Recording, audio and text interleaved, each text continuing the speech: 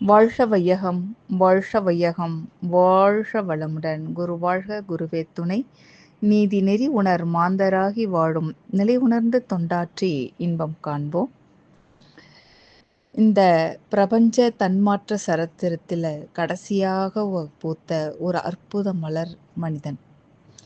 எல்லாம் வல்லவனாகவும் எல்லாமே உள்ளவனாகவும் பரிணமித்தவன் மனிதன். சாமிஜி சொல்வார் இந்த வார்த்தையை. எல்லாம் வல்லவனாகவும் எல்லாமே உள்ளவனாகவும் பரிணமித்தவன் மனிதன். இவ்வளவு சிறப்பு உள்ள மனிதன் ஏன் கஷ்டப்படுறான் அப்படின்னு பார்த்தீங்கன்னா, மன தூய்மை இல்லாததும் ஒரு காரணம். அழுகிறான், துன்பப்படுறான். இயற்கை அழுதா உலகம் செழிக்கும், மழைய சொல்லுவாங்க.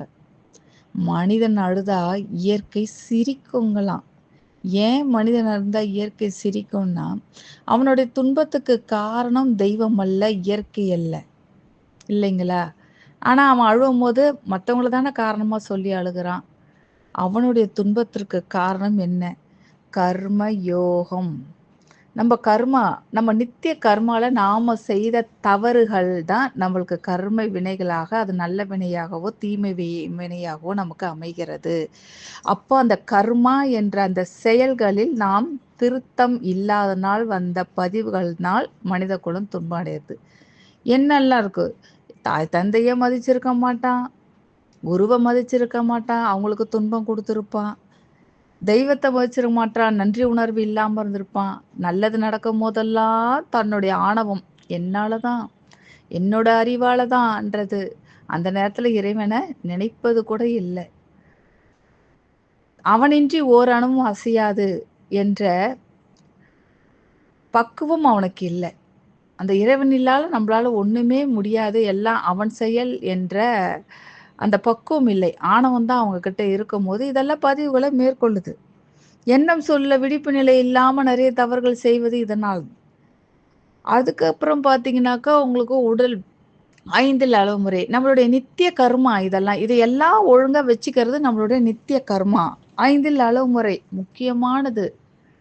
அடுத்து இதுல அளவு முறையை நாம மீறி மாறி நடந்துக்கிற விஷயங்கள். அடுத்து பார்த்தீங்கன்னா, அறநெறி வாழ்க்கை, ஒழுக்கம், கடமை, ஈகை. யாருக்கும் என்ப துன்பம் கொடுக்காது, நம்மளுடைய கடமையெல்லாம் மீறுகிறது, ஈகை செய்யாதது. மனிதனால் மட்டும்தான் ஈகை செய்ய முடியும். இந்த பிறவில மட்டும்தான் ஈகை செய்ய முடியும். இப்பிறவி இத்தருணம் தப்பினால் எப்பிறவி வாய்க்குமா? இந்த ஈகை ஒன்று தான் நம்மளுடைய கர்மத்தில் புண்ணிய பலனை சேர்க்கக்கூடியது, இந்த அற வாழ்க்கை. இந்த பிறவியை விட்டுட்டு இல்லைனாக்கா வேற கர்மத்தை, இந்த அற வாழ்க்கை கர்மத்தை வேற பிறவில நம்மளால செய்ய முடியாது. அதுக்கு தான் இந்த மனித பிறவி. இப்பிறவிலேயே நாம நம்மளுடைய கர்மத்தை நல்ல செயல்கள் செய்து முடிக்கிறதுக்காக கொடுக்கப்பட்ட மனித பிறவி. ஆனா இதை திருப்பி திருப்பி தீய கர்ம செயல்களை தீய செயல்கள் செய்து கர்மத்தை கூட்டிக் கொள்கிறோம். இதை தான் பகவத்கீதையில சாராம்சத்துல பார்த்தாலே கர்மயோகம். இந்த நெறிகள் எல்லாம் ரொம்ப விழிப்பு நிலையோட இரு, நன்றியுணர்வோடு இரு. அவனின்றி ஒரு எல்லாத்துலேயும் நன்றியை சொல்லு. அவன்தான் உன்னை ஆட்டி வச்சிட்டு இருக்கான், உன்னால ஆகிறது ஒன்றும் இல்லை, அதனால நன்றி உணர்வோடு இரு, விழிப்பு நிலையோட இரு, எண்ணம் சூழ் செயல விழிப்பு நிலையோட இரு. இப்படி நீ இருந்தா உன்னுடைய செயல்கள் எல்லாமே சிறப்பாக இருக்கும் போது இந்த மனித பிறவிலே உன் கர்மத்தில் புண்ணிய பலன்களை நீ சேர்க்க முடியும். உன்னுடைய புண்ணிய பலன்களை சேர்க்க முடியும் அப்படின்னு என்பதுதான். கர்மயோகம் என்றது பெருசா ஒன்றும் இல்லை. நான் சந்தோஷமா இருக்கணும், நான் நிறைவா இருக்கணும் அப்படின்னாக்கா, என்னை சுத்தி இருக்கிறவங்கனால நம்மளுக்கு ஒரு துன்பம் வருதுனாக்கா, மாற்றம் நம்ம கிட்ட வரணும். நம்ம வாழ்க்கையில் நிறைய அனுபவங்களை பார்க்குறோம். இந்த தப்பு பண்ணதால் தான் எனக்கு இந்த தண்டனை, மீண்டும் அந்த தவறுகளை செய்யாமல் இருப்பக்கணும். அப்போ இதுதான் கர்மா என்பது. அப்போ என்னை சுற்றி இருக்கவங்க எல்லாருமே நல்லா இருந்தால் தான் நான் நல்லா இருப்பேன் அப்படின்னு என்ற இதுதான் உண்மையான கருத்து. அதை புரிந்து கொள்ளணும். என்னை சுற்றி இருக்கவங்க நல்லா இருந்தால் தான் நான் நல்லா இருக்க முடியும். அப்போ எல்லாரும் நல்லா இருக்கணும். எல்லாருக்கும் என்னுடைய கடமையை என்ற கர்மத்தை நான் செய்ய வேண்டிய செயல்களை திருத்தமுடன் செய்ய வேண்டியது திருத்தமுடன் நான் செய்யணும். எல்லாரும் நல்லா இல்லைன்னா நான் நிறைவாக இருக்க முடியாது என்ற அந்த தெளிவுக்கு வரணும் ஒவ்வொரு மனிதனும். அவ்வளவுதான், வேற ஒன்றும் பெருசாக செய்ய வேண்டாம். அப்ப எல்லாரும் நல்லா இருக்கணும், நெனைக்கணும், நன்றி உணர்வோட இருக்கணும். விடையறந்த விழிப்பு நிலை எண்ணம் சொல்லி செயல் தூய்மையாக இருந்தால், நம் கர்மத்தை நம்மளால் வெல்ல முடியும். அதற்கான மனப்பக்குவத்தை கொடுப்பதுதான் மனவளக்கலை. நம்மளுக்கு இங்க கொடுக்கப்படுற ஒவ்வொரு பயிற்சியுமே, நம்ம கர்ம வினை, நம்ம கர்ம நிதிப்படி ஏன்னா, அதுல சாமிஜி வந்து வார்த்தையிலேயே குடுத்திருப்பாரு. உடல் நலம், உனக்கு செய்ய வேண்டிய கர்மா, நீண்ட ஆயுள். நீண்ட ஆயுள் எதுக்கு குடுத்திருப்பாரு? நிறை செல்வம் எதுக்குன்னு சொல்லியிருப்பாரு. இதெல்லாம் உயர் புகழ், மெய்ஞானம் எல்லாம் எதுக்கு பெறணுன்ற சங்கல்பமே ஒவ்வொரு தனி மனிதனுக்காக சொல்லியிருப்பாரு. அதுக்கப்புறம் வாழ்த்துல எல்லாரையும் சொல்லியிருப்பாரு. நீ ஒரு தனி மனிதன் நிறைவா வாழணும்னா, உன்னை சுத்தி இருக்கவங்க எல்லாரும் நல்லா இருக்கிறதுலயும், நீ நல்லா வச்சுக்கிறதுலயும் தான் இருக்குன்ற இந்த கர்ம யோகத்த வாழ்த்துலயே நமக்கு சொல்லியிருப்பாரு. அதனால நீங்க துன்பம் பட்டீங்கன்னா, "நீ செஞ்ச செயலுக்கேத்த வினைதானப்பா நீ அனுபவிக்கிற. நான் உனக்கு எந்த துன்பமும் கொடுக்கவில்லையே" என்று மனிதன் அழும்போது, இறைவன் சிரிக்கிறான். மனிதன் அழும்போது இறைவன் சிரிக்கிறான். நம்ப கொண்டு வந்த வினைப்பதிவுலருந்து யாரும் தப்பவே முடியாது. இது மகான்களுக்கே விதிவிலக்கு கிடையாது. விதிவிலக்கு இல்ல. அவங்களா இருந்தாலும் அத அனுபவிச்சு தான் தீர்க்கணும். அப்ப மனிதன் ஏமாத்தணும், வரப்போற இன்பத் துன்பங்கள அப்போ ஏத்துக்கொள்ளணும். அப்ப நீ ஏற்றுக்கொள்கிற பக்குவம் மனவளக்கலை பயிற்சியில நமக்கு கிடைக்கிது. கிடைக்கும்போது புதிய தீய பதிவுகள சேர்க்காம இருக்கக்கூடிய செயல் திருத்தம் நம்மகிட்ட வருது.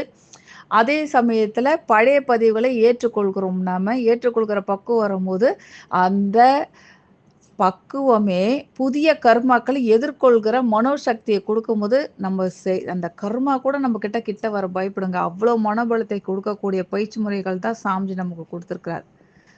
சிம்பிளான தவம். கர்ம யோகத்தை கடைப்பிடிக்கிறதே சிம்பிள் தான்.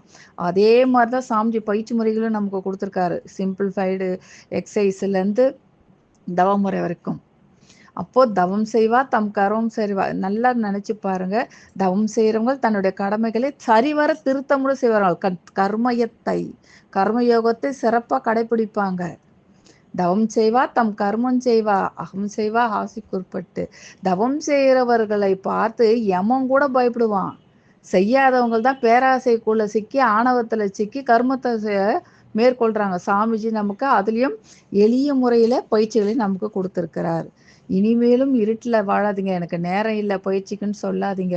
கர்மயோகத்தின் படி வாழக்கூடிய ஒரு பயிற்சி முறைகளை சாமிஜி நமக்கு எளிய முறையில் குடுத்திருக்கிறார். இருட்டில் வாழும் மனிதர்களே கொஞ்சம் வெளிச்சத்துக்கு வாருங்கள். நல்லவர் உலகம் எப்படி இருக்கும் என்பதை நல்லா பாருங்க. நல்லவருடைய உலகம் நம்மளுக்கு வந்து ஒரு மாய உலகத்துல வாழ்ந்து சந்தோஷமா இருக்கும்னு நினைச்சுக்கிட்டு இருக்கோம். இதுவல்ல வாழ்க்கை. நாமளும் ஒரு நிறைவா வந்து எல்லாரும் சுத்தி இருக்கவங்களையும் நம்ம நிறைவா வச்சிருக்கும்போது வாழக்கூடிய ஒரு வாழ்க்கை எப்படி இருக்குன்னு வந்து பாருங்க. நல்லவர் உலகம் எப்படி இருக்கும் என்பதை பாருங்கள். எத்தனை காலம் மனிதன் வாழ்ந்தான் என்பது கேள்வி இல்லை. அவன் எப்படி வாழ்ந்தான் என்பதை அறிந்தால் நம் வாழ்க்கையில தோல்வியே இல்லை. அதனால இனி நாம பயிற்சி முறைகளை ஆசான் அருள் தந்தையோட பயிற்சி முறைகளை நாம ஃபாலோ பண்ணும்போது கர்மயோக நெறிகள் படி நம்ம வாழ ஆரம்பிக்கக்கூடிய பாக்கியசாலிகளாக நம்ம மாறும்போது நம் கர்மத்தை நாம் வெல்லுவோம் என்று சொல்லி இந்த சிறிய சிந்தனை இதோடு நிறைவு செய்து கொள்கிறேன். வாழ்க வளமுடன், வாழ்க வளமுடன்.